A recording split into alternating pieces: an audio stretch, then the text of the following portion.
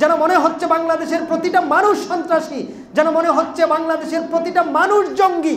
কেন তারা ইসলাম চায়, কেন তারা তাদের ন্যায্য অধিকারের কথা বলে, কেন তারা ধর্মীয় স্বাধীনতার কথা বলে, এই কারণে তারা জঙ্গি। এটা মুশরিকদের জন্য বড়ই অসন্তোষজনক, এটা মুশরিকদের জন্য কষ্টের কারণ, অপছন্দের কারণ যে দিন প্রতিষ্ঠা হয়ে যাবে। বাংলাদেশে ইসলাম চায় না কারা? বাংলাদেশে ইসলাম প্রতিষ্ঠিত হোক এটা চায় না কারা? এক নম্বরে যারা সরাসরি মুশরিক তারা চায় না বাংলাদেশে ইসলাম প্রতিষ্ঠিত হোক। যে দেশগুলো মুশরিক তারা চায় না বাংলাদেশে মুসলমানেরা মাথা উঁচু করে দাঁড়াক, তারা চায় না কোরআন বাংলাদেশের মুসলমানদের সংবিধান হোক, তারা চায় না বাংলাদেশে ইসলাম রাষ্ট্রীয় ধর্ম হোক, ঘরে ঘরে ইসলামের আলো জ্বলক, গ্রামে গ্রামে এলাকায় ইসলামের আলো জ্বলক। এটা চায় না কারা? মোটা দাগে মুশরিকেরা চায় না। মুশরিক কারা? সরাসরি যারা মূর্তি পূজার সাথে জড়িত তারা চায় না। ইসকনের সদস্যরা চায় না বাংলাদেশে ইসলাম প্রতিষ্ঠিত হোক, এই কারণে তারা এখনো ষড়যন্ত্রের মধ্যে লিপ্ত রয়েছে। আপনারা দেখেছেন যে 5 আগস্টের পরে ইসকন যে তৎপরতা চালিয়েছে মুসলমানদের বিরুদ্ধে, এবং তারা একজন আইনজীবীকে প্রকাশ্যে তারা হত্যা করেছে চট্টগ্রামে জজকোর্টের সামনে।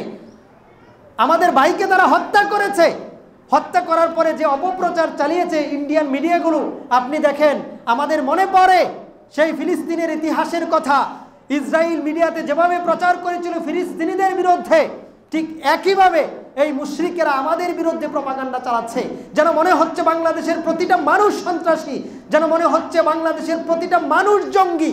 কেন তারা ইসলাম চায়, কেন তারা তাদের ন্যায্য অধিকারের কথা বলে, কেন তারা ধর্মীয় স্বাধীনতার কথা বলে, এই কারণে তারা জঙ্গি।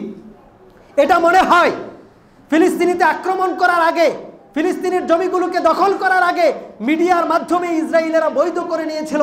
গোটা পৃথিবীর মানুষকে তারা দেখিয়েছিল যে ফিলিস্তিনিরাই হচ্ছে সন্ত্রাসী, আমরা সাধু, আমরা ভালো চাই, ফিলিস্তিনিরা ভালো চায় না।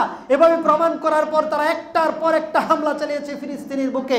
আজকে বর্তমান বাংলাদেশকে মনে হচ্ছে এখন একটা ফিলিস্তিন, কারণ আমাদের পাশে একটা ইসরায়েল আছে।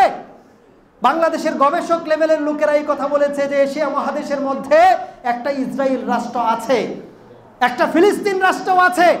এই মিডিয়াগুলো আপনি দেখেন, আইনজীবী সাইফুল ইসলামকে হত্যা করা হয়েছে, বিবৃতি দিয়েছে, ওই চ্যানেলগুলোতে দেখানো হয়েছে যে হিন্দু মনে করে মুসলমান সন্ত্রাসীরা তাকে হত্যা করেছে। চিন্তা করেন, অথচ হত্যা করেছে ইসকনের সদস্যরা, তাকে জবাই করে নির্মমভাবে হত্যা করেছে, নিষ্ঠুরভাবে হত্যা করেছে। তার কারণ কি? কারণ তিনি বিনা পয়সার একজন আইনজীবী ছিলেন, তিনি মুসলমানদের পক্ষে কথা বলতেন, তিনি নবমুসলিম যারা ছিল, নতুন নতুন ইসলাম ধর্ম গ্রহণ করে তাদের পক্ষে বিনা টাকায় তিনি লড়তেন। এটাই ছিল তাদের জেদ। এই জেদ ধরে তাকে হত্যা করা হয়েছে।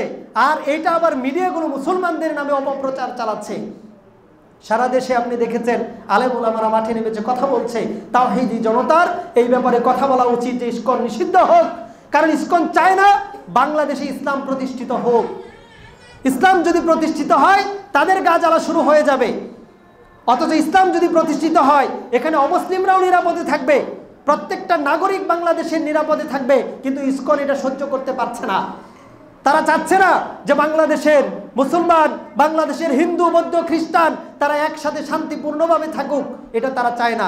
এই কারণে প্রত্যেকটা জায়গা থেকে মুসলমানদের প্রাণীর দাবি হওয়া উচিত যে বাংলাদেশ থেকে ইসকনকে নিষিদ্ধ করা হোক। পৃথিবীতে 10-12টার বেশি দেশে ইসকনকে নিষিদ্ধ করা হয়েছে, আমাদের দেশেও এটা করা হোক।